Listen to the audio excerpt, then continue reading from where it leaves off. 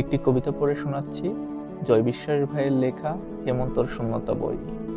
খুব কি ক্ষতি হয়ে যেত, আমি তোমাকে ভালোবাসি। তুমি বুঝেছ, এটাই অনেক। আমি তোমাকে ভালোবেসেছি, তুমি বুঝেছ, এটাই অনেক। আমাকে তোমার ভালোবাসতে হবে না,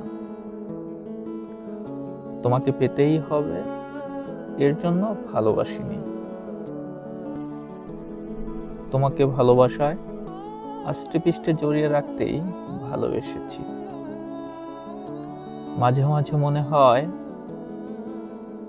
তোমার মধ্যে এক অদ্ভুত মায়া আছে, ক্ষমতা আছে। কাছে আসলে না, আমায় ছুঁয়ে দিলে না, কখনো কিছু না বলে, এক ফোঁটা ভালোও না বেশে। এমন এক মায়ার বন্ধনে বেঁধে রেখেছ, তোমাকে কখনোই ভুলতে পারিনি।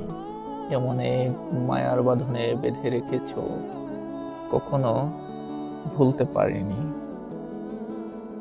খুব জানতে ইচ্ছে করে, খুব জানতে ইচ্ছে করে, একটু ভালোবাসলে কি খুব ক্ষতি হয়ে যেত?